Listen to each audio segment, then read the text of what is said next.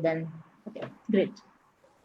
So, hi everyone, hi again, and good evening, all of you, and thank you for joining us for a second panel of the South Asia Dialogue Series, Barriers and Possibilities for Women in Politics in South Asia. I'm Shruti Sinha. I head advocacy at Netri Foundation. Netri Foundation was established in 2019 with an aim to bolster quality representation, leadership, and participation of women in politics at all levels in India. We do this through training and capacity building of women, primarily in the grassroots, and by attempting to make women's electoral campaigns data and issue driven. So, for those who could not join us for the morning panel, Netri Foundation has undertaken research to identify the barriers to women's political representation and participation in the demography of South Asia. So, namely Bhutan, Sri Lanka, Maldives, Afghanistan, Pakistan, Nepal, Bangladesh, and India. So, we're looking at existing legal and legislative frameworks, gaps, and necessary interventions to address these gaps in all 8 nations and for South Asia as a whole. Uh, so to make our research more holistic, we are in consultation with experts from these nations and like the nations of South Asia, and the South Asia Dialogue is one such effort to that end. So you can find the overview of our report in the report that is in progress in the link that has just been posted in the chat. We are joined by 3 panelists for the evening session. Ms. Shukriya Azad Manish from Afghanistan, Ms. Prakriti Bhattarai Basnet from Nepal, and Ms. Kanchi Agarwal from India. So just I'm going to briefly tell you about our panelists. Shukriya Azad Manish is a research officer at Research and Evaluation Unit in Afghanistan and is pursuing an MA in International Law. She has been a researcher since 2009, coordinated women's leadership programs. She has also recently authored a paper for a UN women-supported project, Women's Participation in the Peace Process. Prakriti Bhattarai Basnet is the founder of Political Literacy for Women in Nepal and is an activist for the political empowerment of women. She is currently studying leadership, organizing and action, leading change at Harvard Kennedy School. Kanchi Agarwal is the founder of Netri Foundation and an ex-LAM fellow. She has worked with several MPs and policymakers and is herself a policy researcher and political strategist. So taking it from there, we are going to, so the one common factor for Nepal and for Afghanistan is that both of them have implemented or legislated actually, that's the better word, reservation even at the highest levels of governance. So my question to both of you is that— Right before that, Shruti, sorry to come in, but right before that, we'll launch the poll and then we can take on from there, right? Let's do that. So yes, it will just make your experience more holistic. So I'm launching a poll. So the idea of getting a poll here is so that you all can participate and we can get the viewpoint of the audience as well. I'm launching the first poll. You'll get a few seconds to answer it. So here it will be on your screen.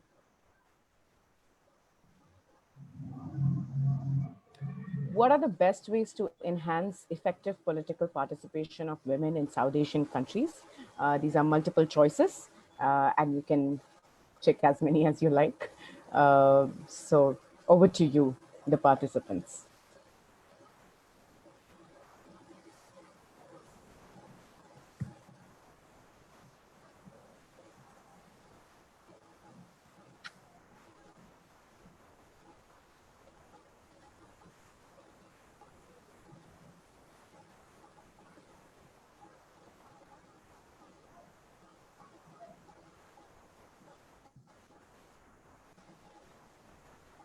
Okay. 54% of you have voted, but I will give 30 more seconds so that we can get more participation. Make this a truly democratic space so that you all get a chance to vote.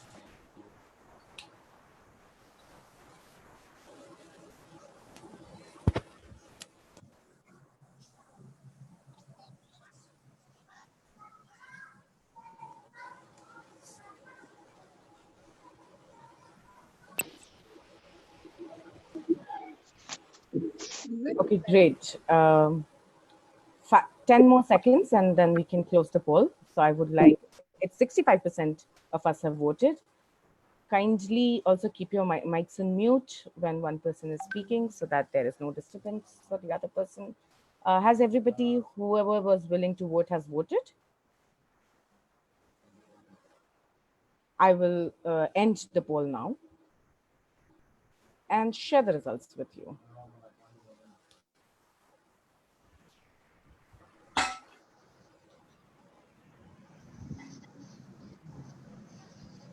Okay, so here is something that most of you have said, that what are the best ways to enhance effective political participation of women in South Asia?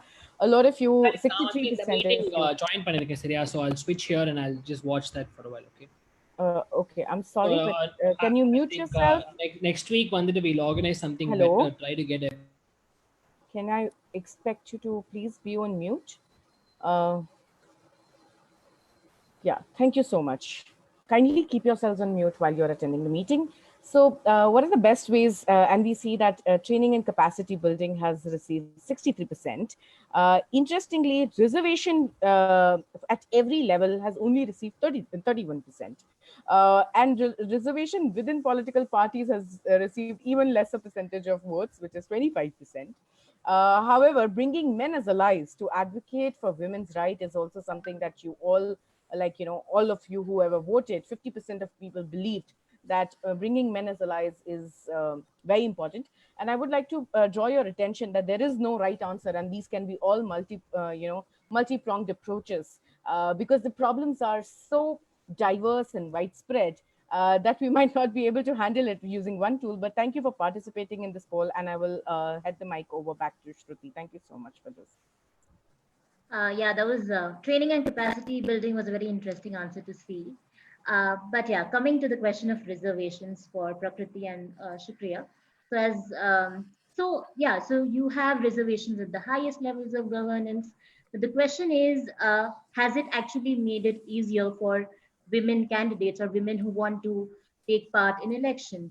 And women who hold political office, has it become easier for them, or are there existing cultural barriers? If you could throw light on that.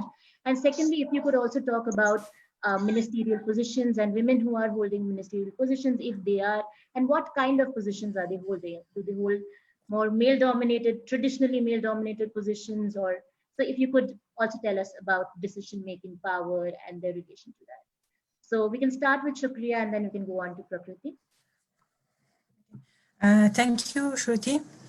Uh, Thank you for inviting me in this event. As you know, that Afghanistan passed long war and suffered conflicts for many years, and even I can say more than 40 years. So there was also barriers, and there were challenges, and there were difficulties for women, and there were some rise and falls, and the history of women political participation. So after 2001, a great chance came for women to enter back into politics. After many years, about 8 years, they were banned during the Taliban governments, and even they were not able to have access in the basic primary healthcare services and education. So they were completely banned from everything. So that is why this reservation could help women very well. When after 2001, the international community and also during the provisional governments, they have made this that women should have rule 20% in parliament, and later and during this President Ghani, so another policy were made that there should be 30% reservation for women in every governmental organs. So whether it is key position and a higher rank, or whether it is a lower rank, that there should be 30% women must be. So if it goes beyond the 30% and it become more, so it is okay. And so it is, if see other countries, and if see competing to get a position, this reservation is from that side, it is not good. But in a country like Afghanistan, that women suffered and women were far from everything, so it was a great chance for them to come in the political fields and improve themselves and join politics.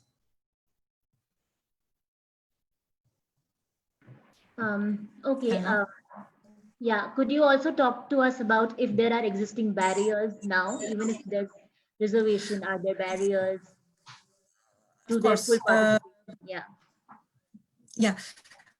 Of course, there are barriers for women. Still, I cannot say that since this government came and reservation were built, so everything was solved. No, actually, the challenges starts, and challenges get more, and the barriers become more for women, as in a community. In a country like Afghanistan, that that level of literacy and level of education was so far, and most of the community are very conservative, and there are some unlike traditional is going on. So especially so as I have talked before with you people, that we have done a research on violence against women in election.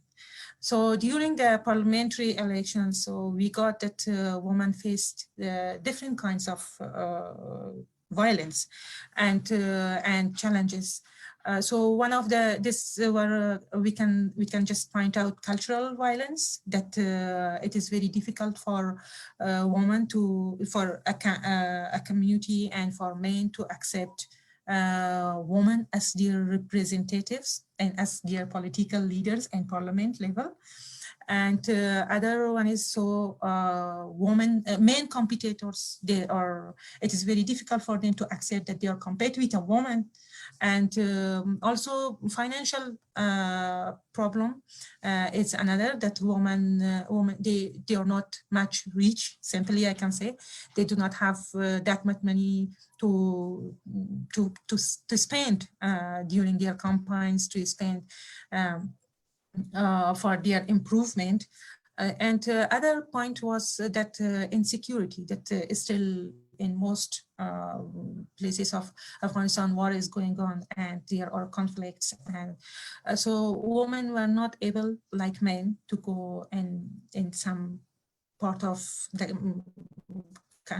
countries, or in the within any province that they are living. They were not able to go in every district of a province for their campaigns. And they were not able to go, for example, like men, to go in the mosque and gather people and talk with them and raise their goals. And so this made women to be limited. And also other point was that they were not able to hire a woman campaigner.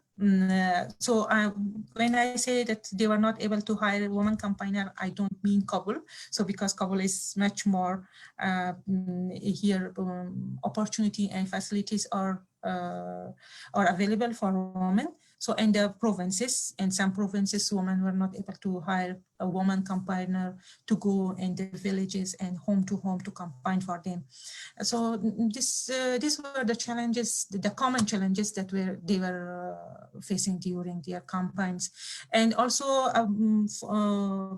if come out of the elections, so in other parts also, women face this cultural security and somehow I can say that extremist and radicalist barriers on their way to join and to go in the politics field.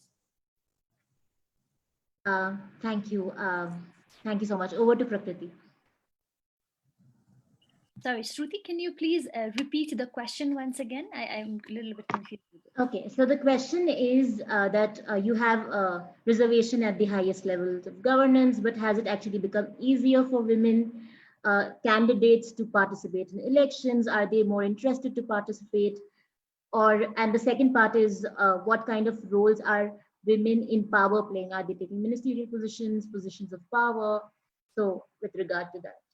Yes, okay. So I'll start with how far we have come, right? So in terms of reservation and everything. So achievements that we have had so far is we have a female president, we have a female speaker of the parliament, we have a female former chief justice, we have 33% representation in our parliament, and our constitution guarantees 33% representation in all state mechanisms and political parties. And we also have 40.9% women in local government. So this is the complete, the whole package of representation that we have right now in our government.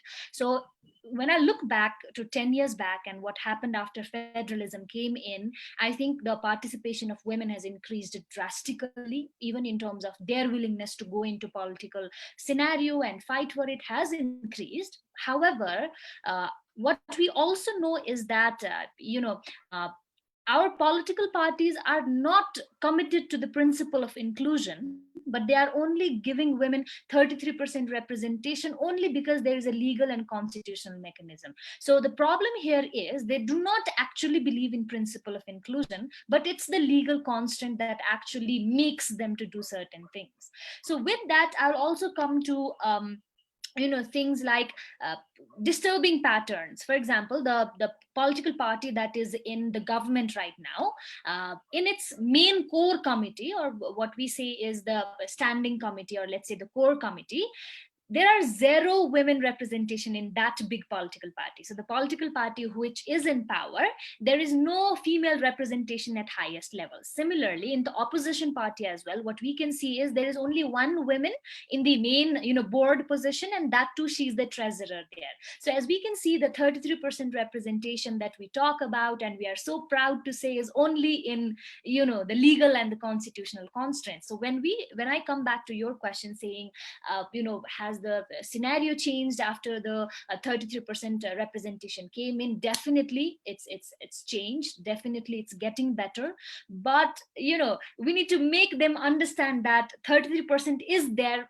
for inclusion and it's not compulsion. So it's like compulsion for them. So women are facing a lot of problems because even though we say that they have 33, we have 33% or 40.3% in local government, they are all in deputy positions. So the 91% of women in the local government, amongst them, amongst the 40.3% women that are in the local government, 91% of them are in the deputy position. So even though they hold the position and power and in stats it look good, but in terms of holding power, they don't actually have power to do things and conduct legislation and stuff.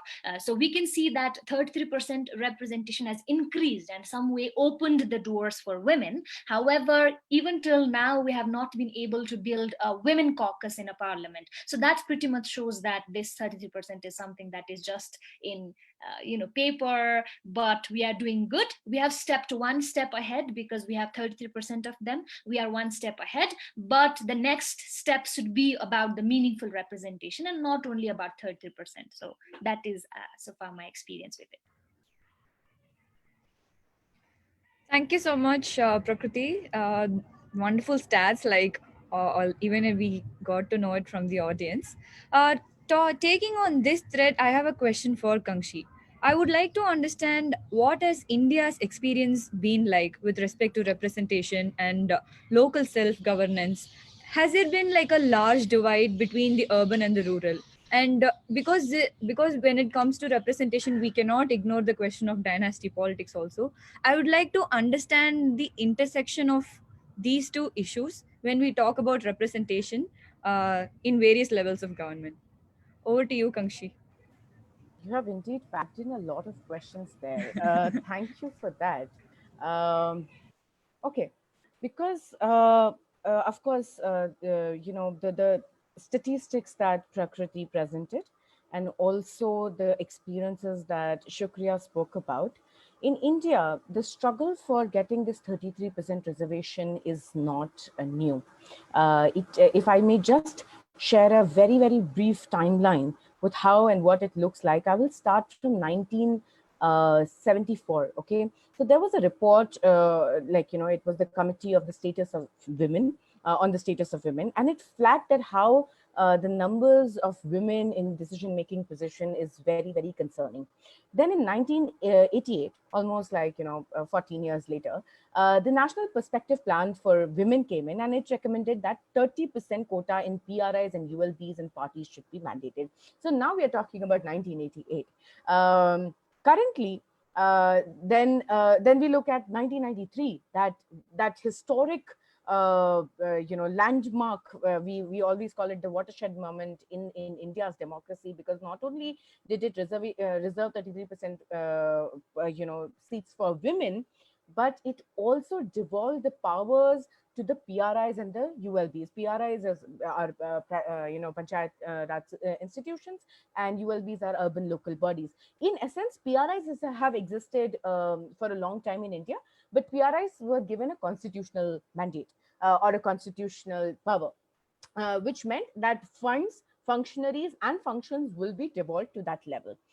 In 1996, for the first time, that contentious, that so-called bill to reserve 33% of seats for women in the parliament and legislative assemblies was first time proposed. So this was 1996. Uh, from then on, then there were joint parliamentary committees, then the bill lapsed consecutively.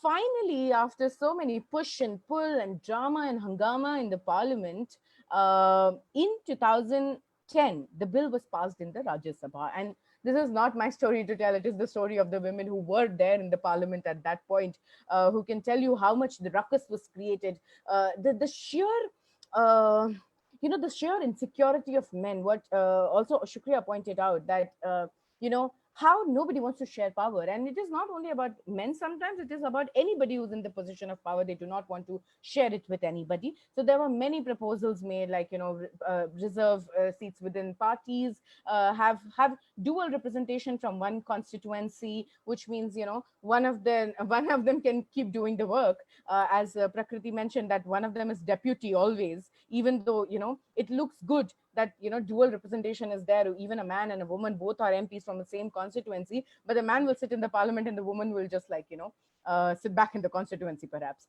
So now we know that since 2010 to 2020, we still have come 10 years from that point, and bill has definitely lapsed now in Rajya Sabha also. It will have to be reintroduced and the process has to be redone.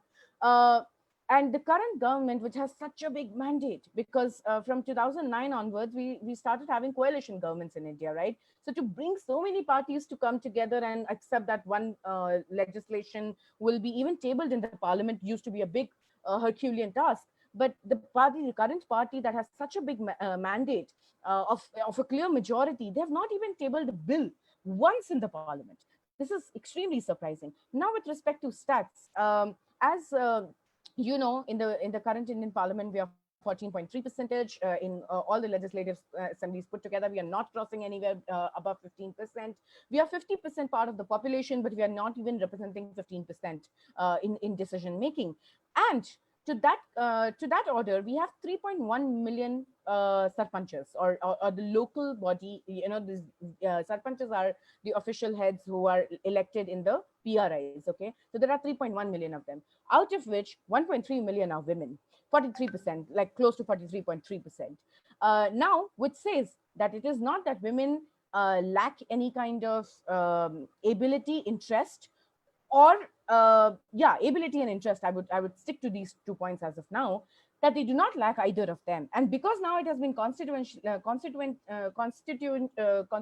mandated, I'm so sorry for that bump, but now that it has been mandated, women have come to this position. But interestingly, from my state, my home state, if I'll talk about, there is 53% reservation. What does that mean? That states, some states, 19 states have gone ahead and, reserved that 33% that was given in 1996 to now 50%. Some of the states have done that in the local, for the local institutions.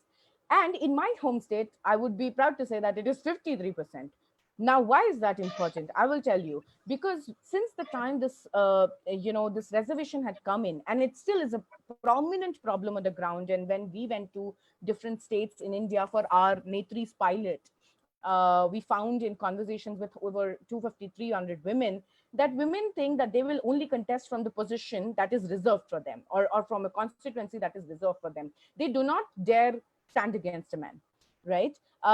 In Madhya Pradesh, because it is 53%, so we can say that there is 3% hope that women are also, coming in constituencies which are not reserved for them, right? Now, just to understand the efficacy of the whole system, now this is not a problem of the women representation only, but because there is lack of cooperative and devolutionary federalism in India, the states hang on to the funds, functions, and functionaries at the state level. Okay, so because they do not devolve these resources to the ground level, so this is more like a problem that has been identified in the Panchayati Raj institutions, that they have been literally they hang on the backs of the states, and then the central government takes it into its consideration and starts giving schemes implementation directly to the local governments. So now the sarpanches, whether male and female, but mostly female, are seen as the conduits of conduits of the government to implement schemes, instead of being the decision makers of what is good for their constituency, what is good for their village. But even in this, after all what I have said, there are champions. There are women who have transformed the way governance and politics happens in their own small villages. And even if it is like 0.1% women, 5% women, 1%, 10% of women, after 1.3 million, even if 10% of them are doing this great work, they deserve to climb up the ladder in the political system. And Netri also comes in with this mindset that, there have been multiple programs that are focused on training and capacity building. We'll talk about it later, perhaps. But Netri wants to, somehow make that ladder, that if you have been in the local government, or if you've been in the panchayat system, why don't you come and, represent yourself in the top?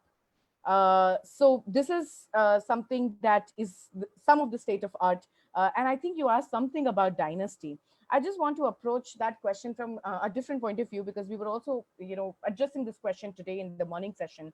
I want to understand, one, that yes, we all have, conscious bias against Dynasty, and we always keep on questioning that where are these women coming from?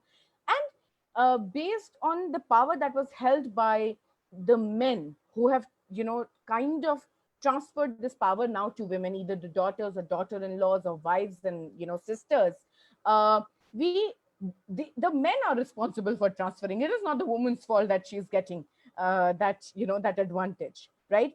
And if she is getting that advantage, we should acknowledge it there and stop there and say, okay, till this point she came and used Dynasty, but what after this, right? If she performed better, if she performed nicely in her parliamentary constituency or in the local government, that is something also that we need to take notice of. And second, how do women benefit from Dynasty is also something that one of the papers from Amitabh Basu covered, that if there is a brand name, okay, if there is something like, there is these are party leaders who have held on to electorates for a long time, and creating a brand name on recognition in the party itself and amongst the people is not something that is easy. And women tend to, like, women who come from Dynasty can at least benefit from this, and they should be adequately respected for their skills and attainments. They rely on their familial connections when they lack other resources, and usually see a late entry into politics also. We do not say that it was handed to them on a platter. When the other options are, running out, that is when women are given that kind of a space.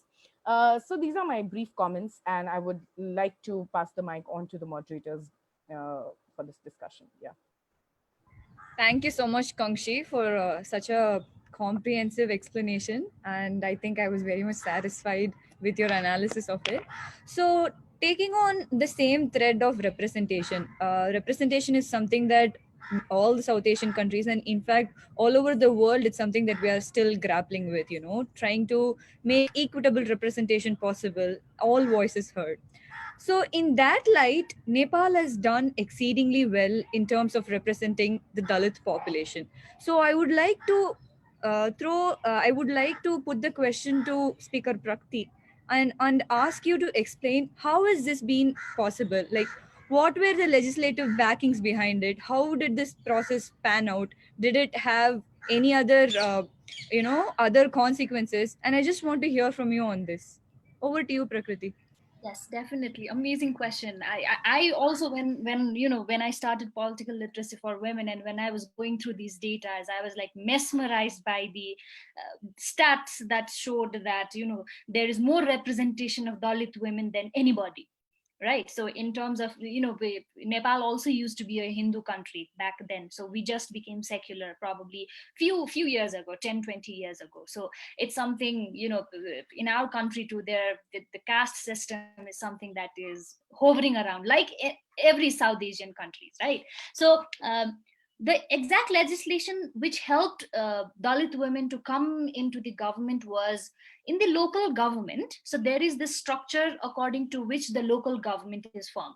So in each local government, there has to be one Dalit women representation. So that is the, legislation that was brought in. So this is the only one category through which Dalit women had came in. So there in other positions, in the mayoral positions, in the deputy mayoral positions, there are no Dalit women. So it is only that one post where Dalit women are made compulsory. So that is why the statistics seem to be so beautiful that Dalit women are in each local government. So imagine in each local government there is one Dalit woman. That is something that is really beautiful. But the 40.3% that I was talking about, and when I said that 91% of women are in the deputy position, and even in these deputy position of women, 92 to 93% of them are from Brahman or Aryan. They are either Brahman or Kshatriyas, right? So none of them, only few of them are from the Dalit background. So this shows that the legislation which showed that there should be one exact seat for Dalit women, that was the reason that the statistics look beautiful. But in reality, Dalit women has no other way through which they are coming into politics. So that is the only space where they have. And in terms of the problems that it has caused, right? So we were doing this course, and in that course, one of the girl has done this documentation on one of the Dalit women representative who lived in Janakpur. So Janakpur, I think if we have more Indians, then they understand it was the birthplace of Sita, right? So that is a highly, male dominated society in Janakpur, right? So there is also one, Dalit women in that area. So we were doing this documentation, and she was doing this documentary regarding that women. So the problem that we have found in Dalit women as well was that they just do the signature. They don't even appear in meetings, in the local government meetings. They just sign things and they just send it away, right? So they are just, the token representation word that we use so much, that is the exact example of a token representation. So all they have been doing this throughout this time after the federalism came in was they just signed, and they don't have a proper power even in the local government. But few exceptional examples also we have seen when they are given the deputy mayoral positions, deputy positions as well. So that is the reason the stats look beautiful, but that Dalit women are coming up. Maybe this is the first boost that they are getting, but for the second boost, we need to work much more harder than the first boost that came in from the legislation side. So that was the that's thank you, Prakriti, very well taken. I would like to just ask a small follow-up question, since you had also mentioned about the Aryan population, and the different barriers for women. Statistics actually show that the big number, the percentage of Dalit women who have come to power right now, that has come at the cost of Dalit men and not at the cost of caste Aryan men. So I would just like to know from you, in what way civil society organizations or interventions can be taken to ensure that this doesn't happen. Okay, so first thing is, empowerment. There is no other alternative to it. First thing that we need to do is make Dalit women empowered as well. And as you said, this analysis is something that is bothering me as well, that they came in replacement of Dalit men. So there is no there is no argument about it, or that is not something that should be appreciated if they are coming in cost of someone other who is already marginalized, right? So I was going through this study done by Asia Foundation. Maybe I've sent it to you guys as well. So in that, what was written was, all these Aryan women that are coming in, the Brahmins and Kshatris that are coming in the local government positions, they were all close relatives to men. So the direct elections that they came through, they were very close to the powerful men. So that is why they got the deputy positions. So the major role of institutions like us, who are also working in grassroots, I think first thing what we need to make sure is that they also have political rights, and they have equal rights as any other women to come in elections and do things. So for me right now, I don't see any other way than in grassroots going and empowering them and telling them that if you have right to vote, you also have right to hold the office. So that is what we are working for. So yes. Thank you so much, Prakriti. Now I'd like to move on to Speaker Shukriya, and I would like to understand the transformation that Afghanistan is going through right now in the context of the recent peace deal signed between the US and the Taliban. What do you think are the challenges that lie ahead for women in politics in this context? And I would also like to understand how this can be modified, how this situation can be rectified through various interventions.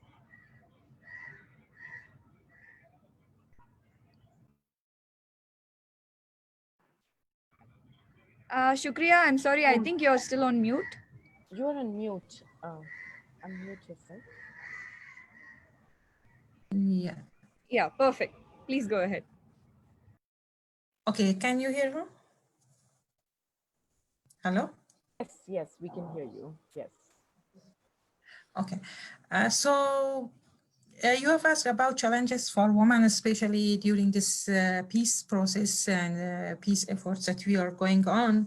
There are many challenges for women, especially in current time, which is going on.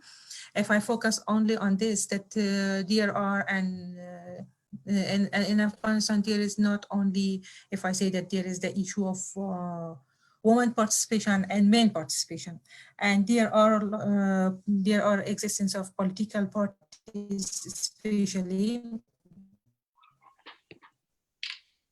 maybe you have heard about this new agreement of two parties. Right now they have made this something High Council for National Reconciliation. There are worries and there are some concerns for women that there will not be an exact and proper positions for women to join these peace efforts and to be as a decision makers. And right now, these days, advocacy and networking, it is going on, and companies, women are struggling to enter into this peace talks. Unfortunately, even during this went to a team of the presidential election, they were talking with each other. So there were no women were existed in their an agreement to sign that in there and to participate in this political process. So that is right now, it is a kind of, I can say that women's positions are, right now, there is no result that I should tell you that this is the result, but there are challenges. The first challenge is that women are afraid of that it is the trade of women's right with the Taliban. And that because there are political parties inside the governments, and they want their own rights, and they want their own efforts, and during these talks. And also then we, if come out of from political parties, there are ethnical issues. So these issues make women's issue to go to make women's issues marginalized. And we seem that woman issue is not the priority of the American government. It is, and of course, it is not the priority of Taliban side, and it is not. It seems that it is not the priority of Afghanistan's government right now. And this is the big challenge for women right now, and this peace process which is going on. So right now, women they are struggling to find out and to, as we talked before about the reservation positions, and there are again a reservation positions for women and the peace and the negotiation team also, to the negotiation team who negotiate with Taliban. 30% of the negotiation team should be women, but it is right now there is not 30%. Even it is, as I interviewed some women, they said that we can say that there's only 15% of the team are women. So so they're struggling to get this 30% share and to raise their voice directly. As up to now, they were participating symbolically. Their rule was not meaningfully, and it was not they was not participating as an active member of the negotiation teams. So we hope that in the future, and the newly established High Council of Reconciliation, National Reconciliation for Peace, that women should take their reservation positions, that 30%, and also not only the reservation position, also they are trying to get position in the leadership levels to raise their voice and to talk about their women's demands and women's rights, and legally, politically, economically, and they don't to lose this this achievement that they have during this 19-20 years. They don't want to lose this, and they want to go beyond this. I hope I give the right answer. Yes, Shukriya. Thank you so much. Could you also briefly touch upon the role of civil society organizations and research organizations such as yourself in this process? Yeah, of course, I can say that civil society organizations, they have a big and effective role and for women participation. As I said that women, they are limited and to every positions. So mostly women raise their voice through civil society. And especially those civil society organizations who are working for women's rights and for gender issues.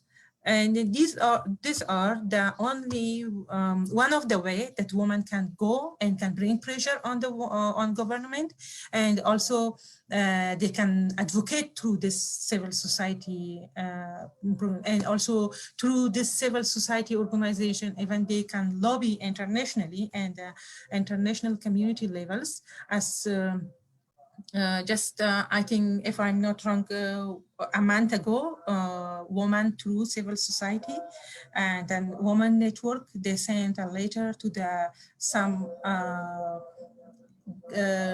significant and effective leaders in the world and the international community who can bring pressure on the American government, who can bring pressure on the Afghanistan government, and also who can just deal with Taliban issues to not to marginalize women and peace talks. Thank you so much for that, Shukriya. With you on civil society organizations, we know that Nepal and India are, and the civil society organizations, especially in Nepal and India, are taking on a lot of training and capacity building activities for women. So, and women who want to enter politics in specific. So, could you tell us about some experiments or some experiences with regard to that? And just the importance of training and capacity building for women who want to enter politics. Prakriti and Kanshi. Sure, I'll have Prakriti go first. Okay. So the whole reason why political literacy for women started was because there were no platforms that trained women. So as far as I have known as, and as far as what I have experienced and gone in different villages and done these things during the election, as far as what I have known, there is not a single entity that trains women to get into politics till now, even grassroots initiative. Probably we are the first one in Nepal to do it. After the women get elected and things happen, then there are trainings provided by election commission and other things. But there are programs such as for voting before the election happens. So there is this training that goes around on how to vote to women, that happens through election commission. But for specifically going into politics, there are no training programs provided. And especially what happens in Nepal is the empowerment program, the training programs that happens usually is, for example, tailoring or things like that, right? So they take the training, but after the training, what? They don't have money to start even the venture what they have taken the training of. So even the training programs, I am very questionable about the training and empowerment programs that is going on around in Nepal, because they take the training of about months. But if there is no seed money, and if banks are not trusting women with the loan to do start something, then there is no point of doing empowerment. So the whole trend of doing empowerment programs is questionable. Meanwhile, there are no such entity in Nepal. Few programs are run. For example, I know one program ran by Women Lead, which trains young women to get into politics like us. I was also a graduate of that. So there are no particular organizations which are actually enhancing women to get into politics. Yes. So, taking it on from there, interestingly, I and probably Prakriti share our same vows. Share same worries and concerns. Okay, to say something about India in the similar aspect, that that there is no program doing this, I would say, okay, I'll give you two perspectives. One, that UNICEF's, like organizations like UNICEF and other very local organizations in Maharashtra, in Orissa, in Madhya Pradesh, in fact, have tried to do something on those lines. However, because when Netri also started, it started with the concept that I was sitting and thinking about, if a young girl like myself, or like anybody of us here in the discussion today, wants to get into politics, what would you do? Okay, what would you think? Who is your godfather? Who is going to support you? Who is going to teach you how to do things in politics? Nobody comes and teaches you that, right? Uh, and as Prakriti said, there will be enough programs. In fact, the government of India runs a program to train EWRs, which is elected women representatives. So once you are a part of the system, everybody, including government and civil society organizations and the United Nations and all sorts of, ADB and other organizations, come in and fund such kinds of training and capacity building once you're in governance. So here, Netri's objective was that, hello, our commitment is to talk about politics. Politics is not dirty. We want women and young girls in our country to feel that politics is right. Politics is something that they should pursue and they can pursue. Even if other trainings were happening, they were also kind of happening with a mindset, that yes, there were other trainings that I can still talk about that happened in India, but they were again happening with a mindset they should pursue and they can pursue. Even if other trainings were happening, they okay, what happened? Somebody played something. Okay, so what I was saying was that even if other trainings were happening, their focus was somehow on the how effective this woman will be if she gets her opportunity to contest, and that is why she should be trained. What I felt was lacking, that women are not trained to think politically, like how there are, the best of the best politicians in the countries are said that they're masterminds, and what a great political move. How do you campaign, how do you tackle on a narrative, how do you raise funds for yourself? And this is the passion that Netri brings in, because we want to talk politics as it is. We do not want to sugarcoat it. We do not want to say, oh, we are going to tell you how to be effective after you are elected. Yes, that in itself, that's why we are trying to bring data and issue based politics at the center of our training, that women should feel so passionately about issues, and they should get hands on data that, otherwise low literacy rates prevent or prohibit you to access. So we are trying to, come in as an intervention where we will be like, okay, we will try to make sense data for you. And not all it is not us, it is the experts in the field. We are using our own network to get these best of the best people to come and talk to these women who are aspiring, to talk to young girls who can talk politics as it is. It should not be sugar coated, and I think that is the inspiration that we also drew. And as Prakriti said, that we all have our concerns regarding how empowerment programs are looked at. We do not think that, women need empowerment. They need that space to explore themselves, right? They need that space to just have the agency to choose and make an informed choice. Right now women choose not to be in politics, perhaps because they're conditioned, socially conditioned to an extent, that they're told politics is bad, politics is not for you, it is for people with money, or people with bad intentions. If you have good intentions, why don't you get into social work? But right now one thing more is questionable, that even though civil societies like ourselves, and there are many others in India, there are numerous civil society organizations which act as pressure groups and activists, but it is essential to sometimes be a part of the policy making process. It is essential to sit on the same table, and I very firmly believe that we do not want a place on the table. Okay, let us make the table together, so that if your table is high rise and you're going to give me a place where I can't even voice my opinions because you're just making a space for me, which is like an extra adage. Let's make the table together, and it can be a customized table, right? So that is where we come in, and this is the thought behind having an organization like Netri, and for that matter, I think political literacy for women. uh, over to the moderators if they have any other questions.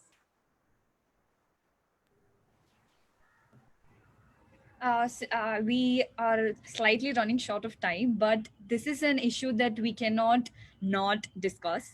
That is violence against women in politics, because violence in itself is a manifestation. It's like a tool of inequality. But when it comes to violence against women in politics, it is used to maintain their subordinate position in the society and deny their access to public spaces. So I would like the panelists to briefly touch upon this issue and give any recommendations that they may have.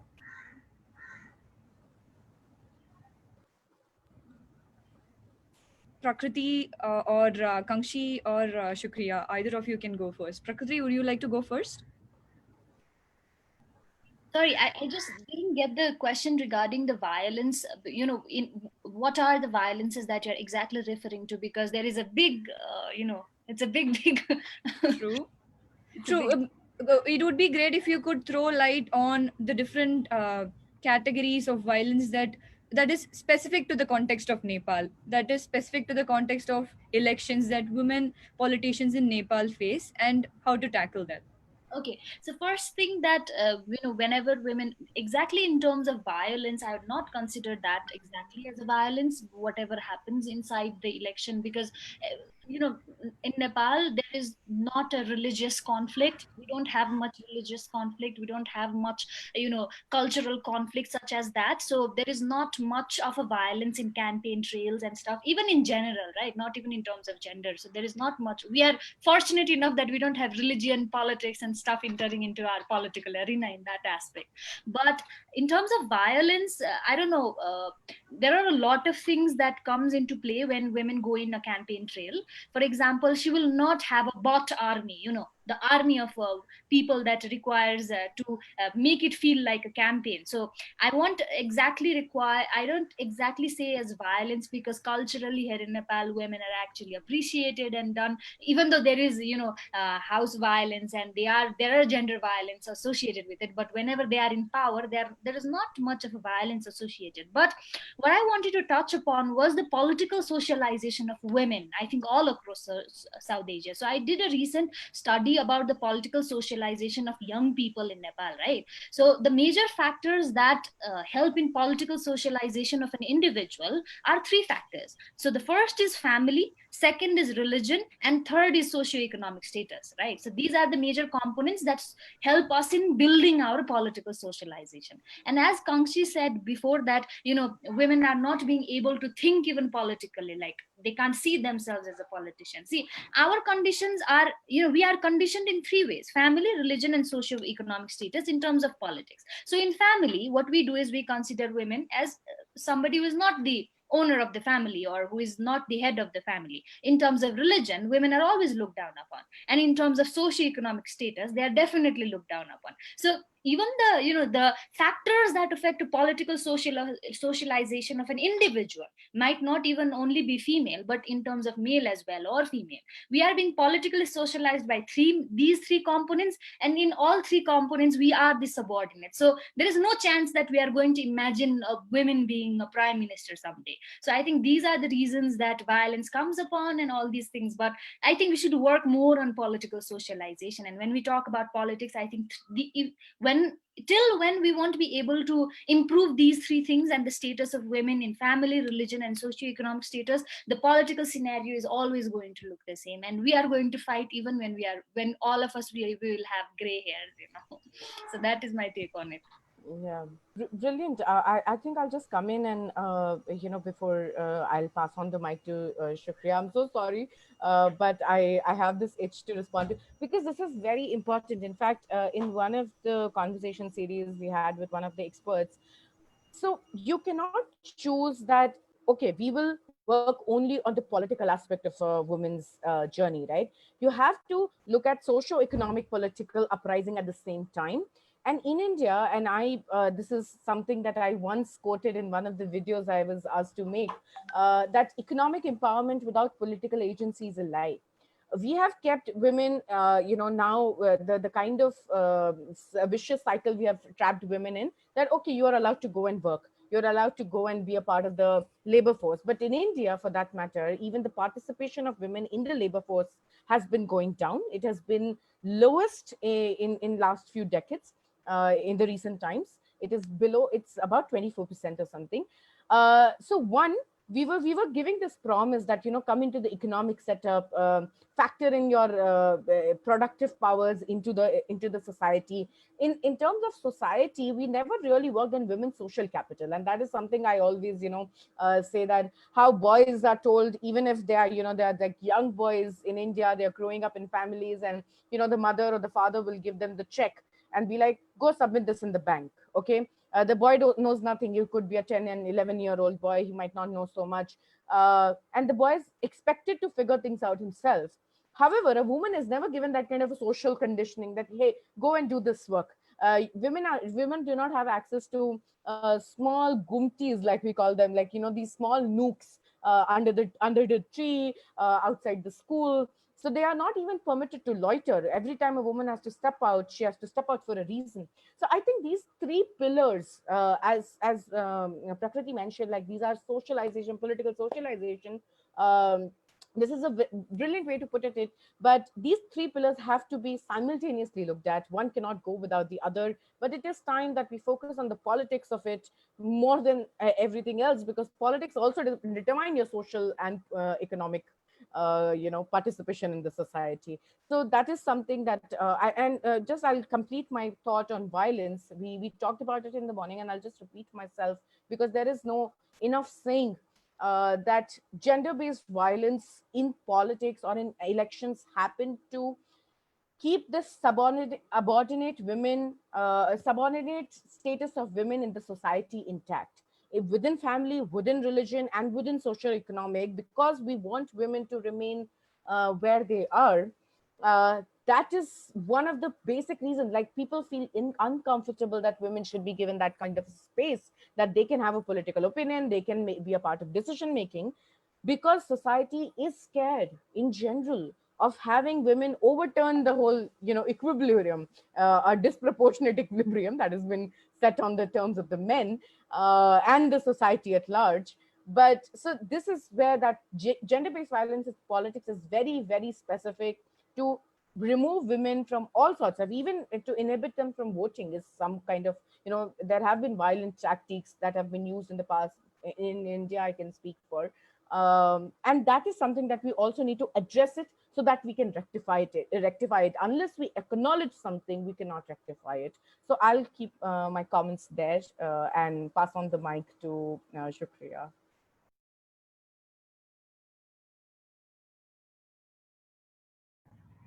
Shukriya, I think you're unmuted. Sorry, you're muted. Could you please unmute yourself?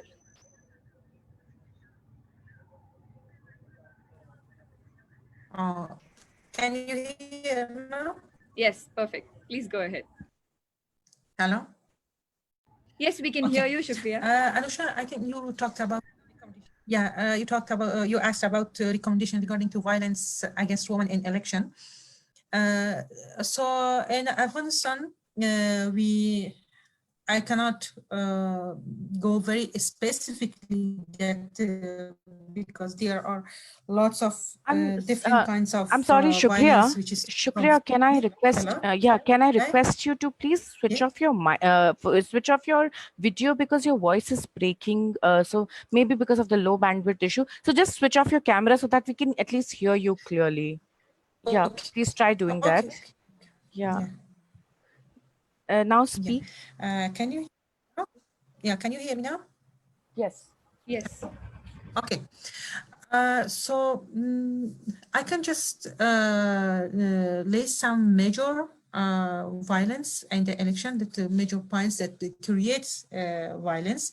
So as I mentioned before, also we have cultural violence, we have economical, and also security. These are the issues that creates violence for women. So for cultural violence, so culture can be changed, and also people are changing, and ideas are growing up in a society. So the cultural norms can be just avoided by awareness and the local level, to give awareness to the to people that yes, a woman can be a political leader too, and also an economic also. But the main problem that creates, and it is the root of the all violence which creates for women in Afghanistan, that is insecurity.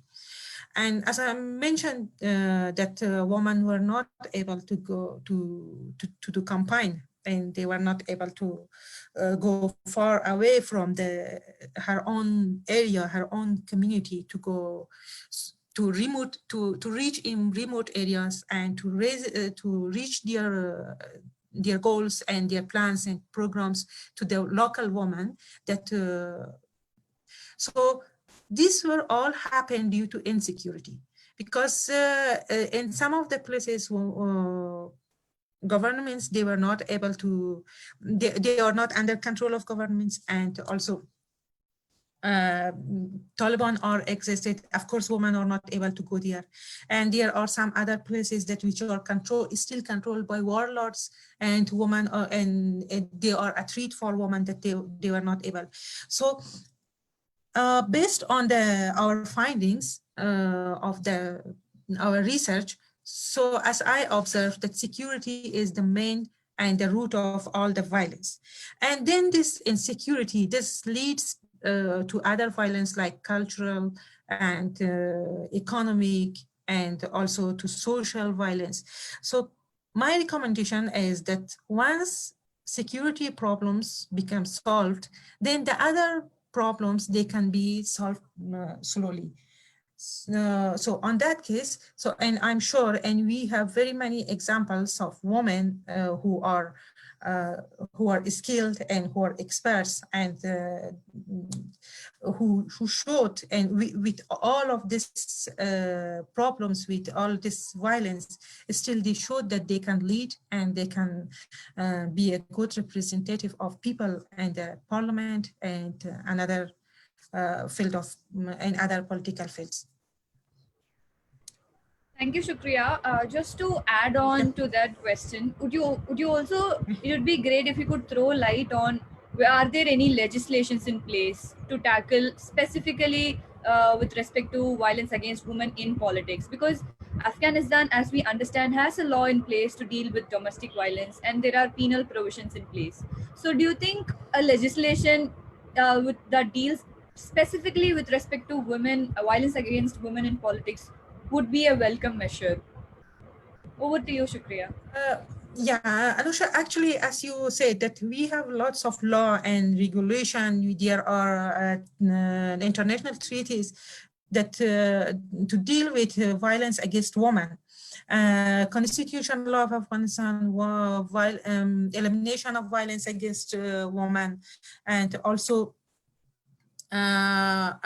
elimination of harassment against women and governmental institutions. And also there are many others. So right now, they are, I don't remind them to remember them to list. So regarding to legislation and regarding to law and regulation, Afghanistan don't have any problem, and there are lots of laws and regulation to deal with women issues and to solve women violence to deal with violence against women. But again, I just I want to say that security, and there are some corruptions inside the governmental institutions. These 2 points, corruption and security, this stopped, and they a kind of they built a barrier for this law and regulation to be implemented and solve women issues. Okay. Thank you, Shukriya. So, if I understand correctly, to sum up your points, the barrier exists in implementation, right? Yes, yes. Right. Thank you. I will hand it over to Shruti, or Kangshi can take it forward from here. Okay, So, I just wanted to launch, if I'm audible. Yes, you I'm are. sorry, I just wanted to launch the last poll that we have for today. So bear with me and please participate. So I'm launching this. It's a rather small poll. There you go.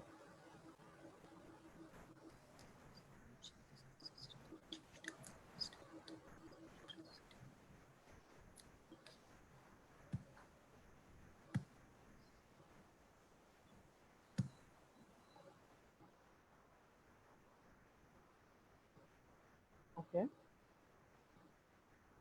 I've received 11 of the 55% votes received. Are other people going to volunteer? Okay. Okay.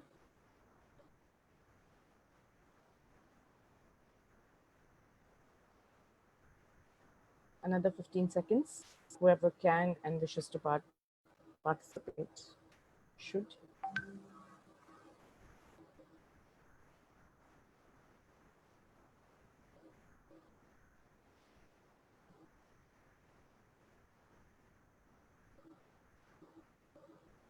Okay. So 1% more. So 75% people voted. We can wait for 5 more seconds if anybody else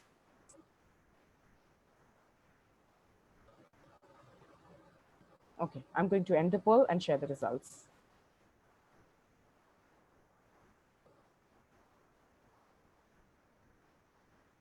So as you can see, these are the results.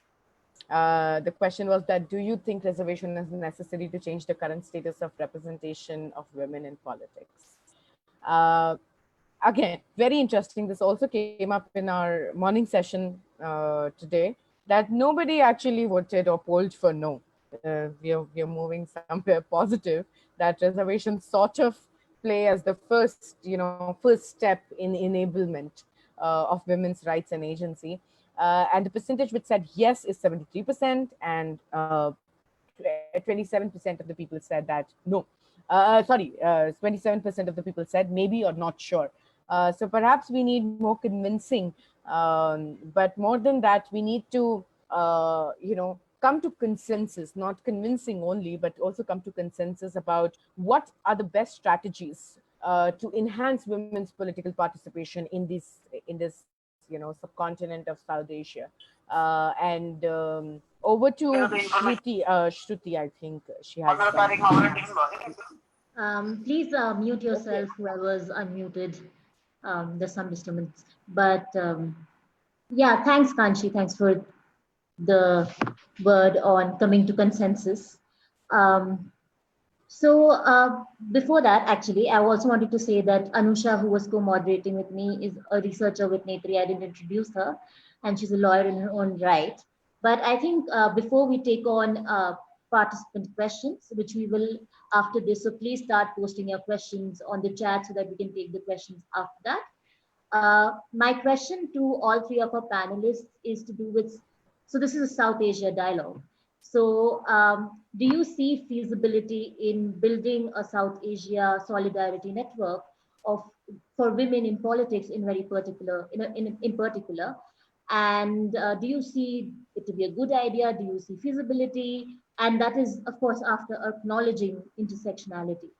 So we can we could do Prakriti first and then over to Shukriya and Kanchi.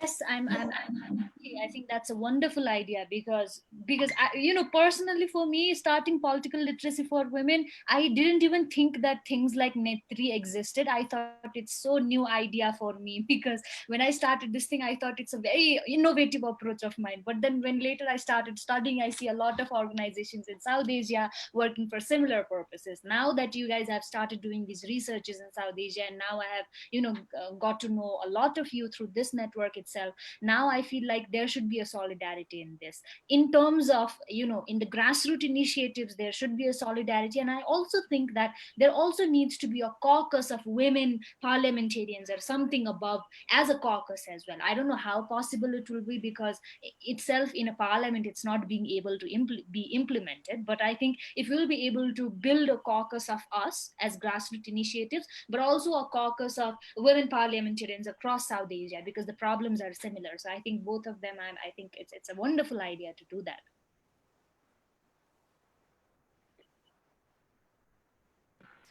Thanks for that. And yeah, we also completely believe in that. Shukriya, over to you. And Shukriya, unmute yourself.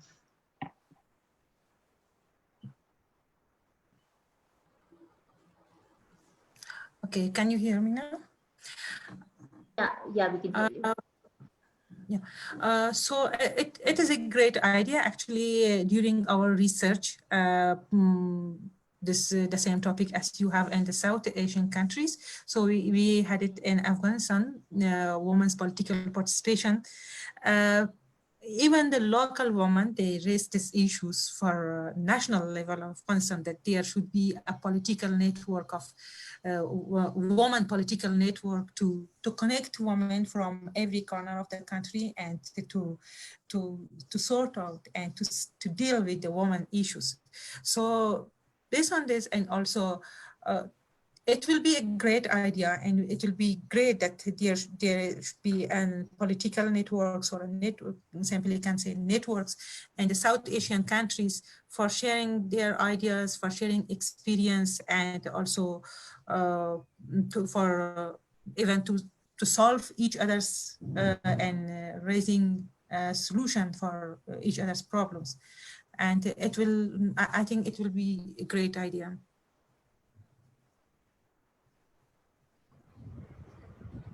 Thank you, Shukriya. Kamshi, do you like to go next?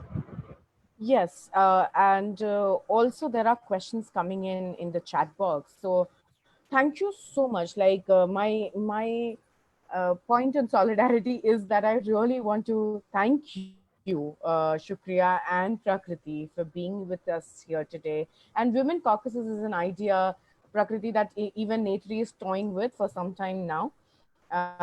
In fact, we've been thinking about it, how will we like to structure it, how will we like to bring in more voices and make it as inclusive as we can. Also, just the whole, how do you actually put a caucus in place, right? And how do you make people come to the caucus? That is also like that is also something that we have been pondering upon. But it would be very What's nice the if incentive? we can join hands across the countries.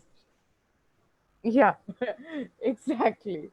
So yeah, thank you so much, one, for being here today with us, for sharing so many insights. It's not only through this dialogue, but also there were a lot of mails exchanged between Prakriti and Netri and Shukriya, to bring this conversation live today. And this is the spirit of co-learning. This is the spirit of solidarity. We wanted to share our worries and concerns and woes together, and also come to some kind of possibilities, because something that Nepal is doing great.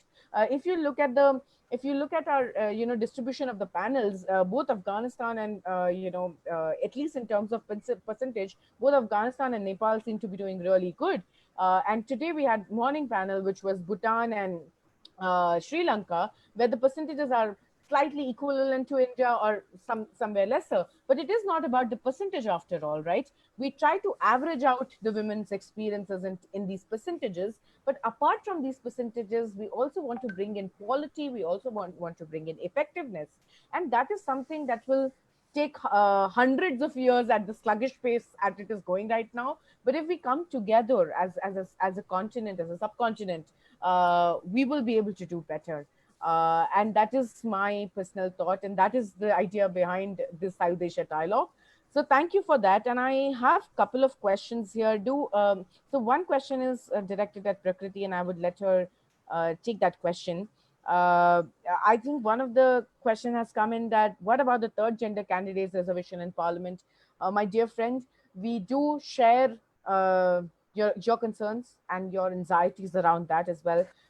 In fact, whenever we write to women, we try to write in and spell it as WOMXN, just to say that we are being inclusive. It's not about the women that the way we perceive them, but anybody who thinks is a woman or identifies as a woman is welcome to be a beneficiary or a candidate through Netri. But yes, that is another debate, and there is a lot of deliberation that is required, that we can talk about the third gender and all the other genders which fall in the non-binary category. So yes, we should have those conversations as well at some point. So thank you for bringing it up. And yeah, I'll pass on the next question, which has come for Nepal, to Prakriti. Anusha, if you would like to read it out to her. Sure. We have another question, but this is more on a general side. It says that it's from Vritti Gulati. It says that empowered women are often frowned upon by their own families and the society. And because of this, women tend to work more or extra to try to prove that they deserve it. How can we, as women or family members, try to disassociate with these biases? Okay, this is a very philosophical and very, difficult to answer question. And even, I won't be, I won't lie, because sometimes even I'm biased by the way I, you know even I'm not, it's in my behavior. Sometimes I do things that I should not be doing, right? And I don't know how to answer to this question. How am I going to make people around me behave better, or look at empowered women the way I try to look at it itself, and the things that I have dealt as well, that how extra effort I need to put in to even prove myself. And that's a very uh, important question how you have raised. But to be very honest, even I am exploring this right now, how to dissociate these biases. I don't know, I personally don't know, and I don't have answer to this. Having just an experience of working in this sector for a few months, I can't answer this question because I still am trying to dissociate myself from these biases. So I'm not the right person to answer to this question. I'm so sorry. I think it's a lifelong process for all of us, and it takes conscious efforts every day. There's a very specific question to you, Prakriti. I'm sorry I missed that. The question is that do women leaders in Nepal face discrimination due to reservation in the parliament? And this question is by Prashanti to you. Yes, definitely, Prashanti. There is a lot of discrimination inside the parliament. Even though, in the opposition party, in the whip position, like whip is one of the most powerful position in the parliament, so that is covered by women. However, as I said, women are not even given. I have not seen more women in the rostrum, what we call it as a place to speak. We call it rostrum here in Nepal. So they are not given much opportunities to talk itself in the parliament. So except for the whip of the political parties, and even in the parliamentary system, the major positions, other than that, they are not given even the time to speak in front of everybody. And whenever the bills are presented and everything is presented, there is no women caucus. So the whole agenda of gender is excluded because there is absence of women caucus inside the parliament. There used to be a women caucus in our country before, but what happened was the women parliamentarians had to choose between their political party and women caucus. So that is the level of discrimination is what happens inside the parliament. So it's obvious that all of them are going to choose a political party rather than the caucus. So that is what happened. So inside the parliament there is a lot of discrimination because they came from 33% and they say that they don't deserve it. And even in the parliament there are a lot of problems that are happening because the parliamentarians themselves are not performing as general society how they expect women to be and how we expect them to perform inside the parliament. But people fail to understand that without input there can't be output. So they have not put their input in the women parliamentarians, so they can't have an expectation of a better output. So that is my take on it. There is definitely discrimination inside the parliament to the people, to the women parliamentarians that came from the reservation. Similarly, about the third gender candidates reservation in parliament, there is no particular reservation here in Nepal, but in the first Samvidhan Sabha, that is when we wrote our constitution, there was one representation during that time. So that is what.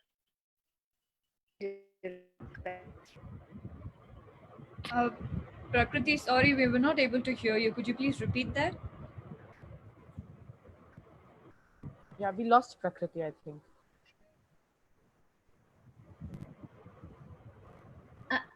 Are you listening to me? Am I audible? We lost you for a little bit Hello? there. Could you please repeat the last part of what you were saying with respect to third gender? Yes. So what I was saying was, when we were making our constitution, which we call it as a Samvidhan Sabha. So it was the Sabha where the constitution was made. At that particular point, there was one representative from the society who was also somebody who contributed in making the constitution. But there is no proper representation for third gender in the parliament till now here. Thank you so much, Prakriti. We have just one last question before we wrap up. And this is from Shala. I'm sorry if I'm pronouncing your name wrong. The question is that most governments consider women's representation to fulfill their allocated percentage without considering their qualifications, which results only in following what their male colleagues decide. So, women's representation is only symbolic. What do our panelists think about this and how the governments can improve this? Kangshi, would you like to take this? I'd suggest Shukriya go first. Sure. We haven't heard from her. Sure. Shukriya, could you please take that? Yes, I know what does she mean. That because we have faced here lots of like these problems in some of the we had. I can't say, and I don't say that.